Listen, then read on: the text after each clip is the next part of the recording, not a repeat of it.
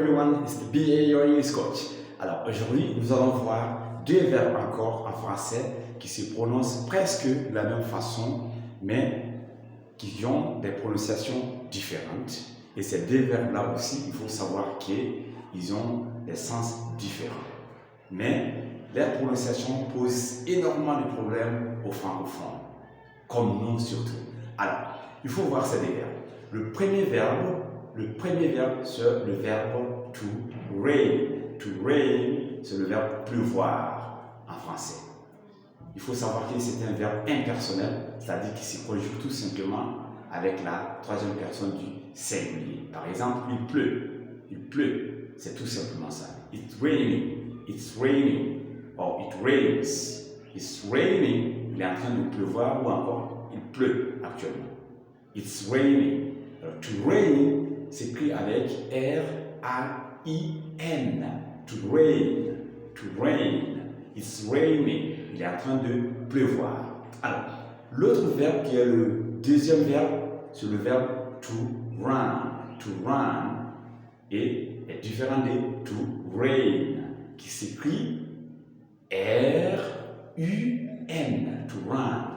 Par exemple, il est en train de courir. Vous allez dire, he is running. He is running to school. Il est en train de courir pour aller à l'école.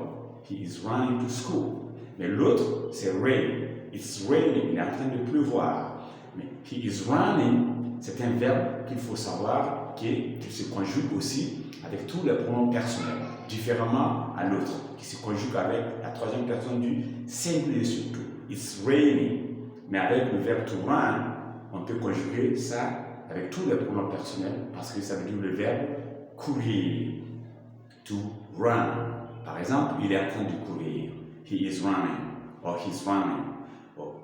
Alors, ces deux verbes, il faut savoir aussi qu'ils peuvent se conjuguer surtout au passé. Alors, to rain, au passé, il faut ajouter tout simplement ed à la fin.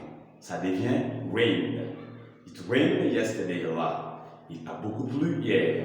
It rained yesterday a lot. Or it's rained a lot yesterday. Il a beaucoup plu hier.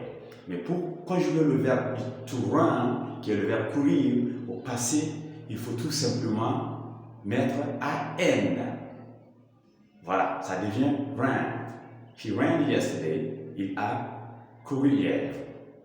L'autre, c'est rained, mais cette fois-ci, c'est ran. He ran yesterday. Il a couru hier. To run, c'est la forme infinitive qui est R-U-N. Mais le passé, ça devient R-A-N. Voilà. Donc, il faut savoir faire la prononciation de ces deux verbes lorsque vous les utilisez dans les différentes phrases. Alright guys, thank you very much. Never confuse these two verbs in English again. They are very important. It's good to think about your pronunciation anytime you are using this verb in your sentences. Thank you very much again, and it's been a pleasure sharing these explanations with you. Please share my channel, try to be subscribers, and also tell your friends about this channel, which is here for all of you guys, and I am happy to help you guys out with pronunciations, with different things in English, especially on French-speaking people.